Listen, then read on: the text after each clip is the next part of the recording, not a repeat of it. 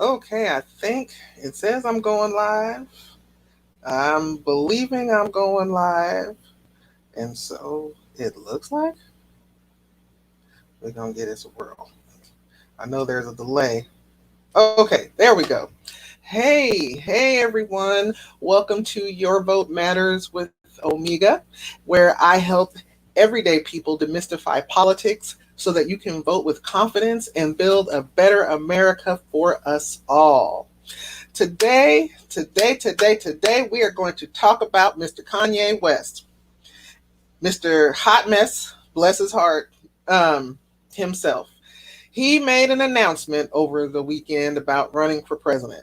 And I know a lot of people are, having different feelings about that. They think it's a distraction. I agree it is a distraction, but I'm not sure it's a distraction really about the election. And this is why I say that.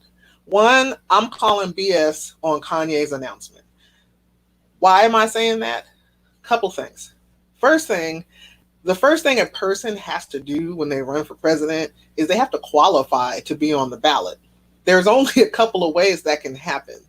One, you are a Democratic Party nominee, you are a Republican Party nominee, and you go through the process through primaries. Those two have already been determined, or you're an independent. And so, what does that mean? Well, first thing is you got to file pull papers with the FEC, which stands for the Federal Election Commission. And their whole purpose is to regulate elections, and they regulate presidential elections. So if you haven't even notified them that have this intention, I have to question your dedication. I have to question the validity of your announcement. The other thing is, in order to qualify, because the third option in many states, there is kind of a fourth option, but it's state specific. But the main third option is to run as an independent. So what does it take to run as an independent? Well, first of all, you got to get on the ballot of every single state that you want to be on the ballot of. And the filing deadlines for 6 states have already closed. And so just to kind of tie it together, these states have what's called electoral votes. And so Kanye has already missed the Indiana deadline. I'm looking at my list, so excuse me. Indiana, Maine, New Mexico, New York, North Carolina, and Texas. So Texas has 38 electoral votes. He can't even qualify for that. He can't even get on the ballot. So it makes no sense. New York has 29 electoral votes. He's about to miss the deadline for California, the state I live in, which has the most electoral votes. We have 50, I believe it's 52. Let me double check. I should know this. 55, excuse me, 55 electoral votes here in the state of California. We're the most populous state in the nation. We have the most electoral votes. He's about to miss that deadline. So then it was like, okay, so he's not filed. He's about to miss the deadline. So let's say he wanted to try and get on California's ballot.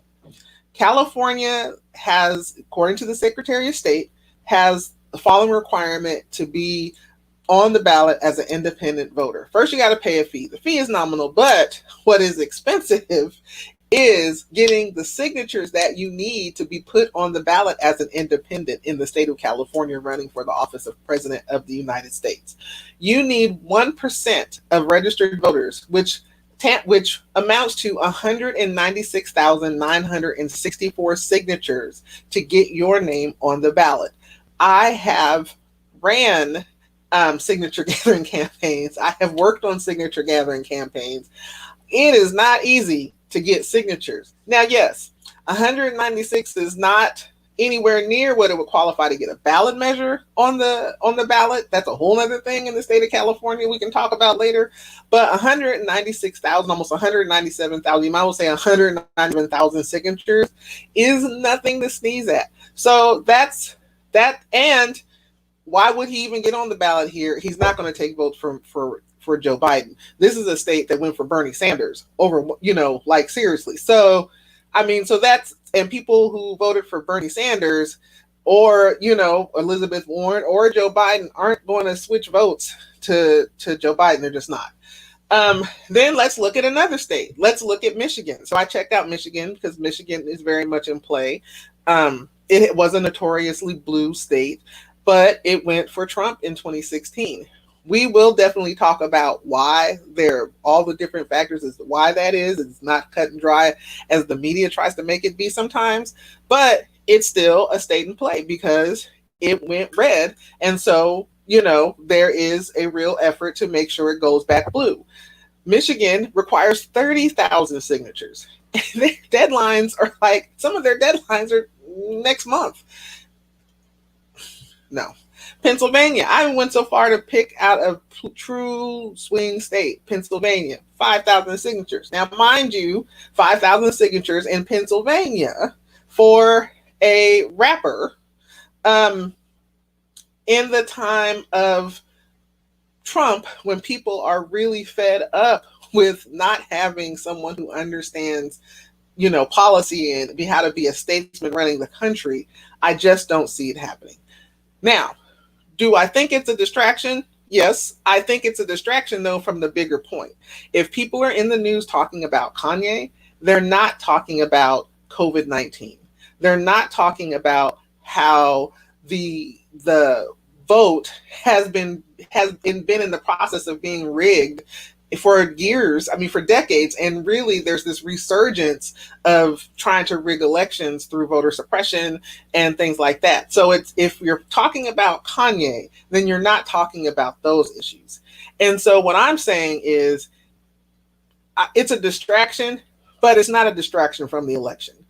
First, there's so many reasons why I am saying Kanye is not a viable, he's not even a viable version of Ross Perot.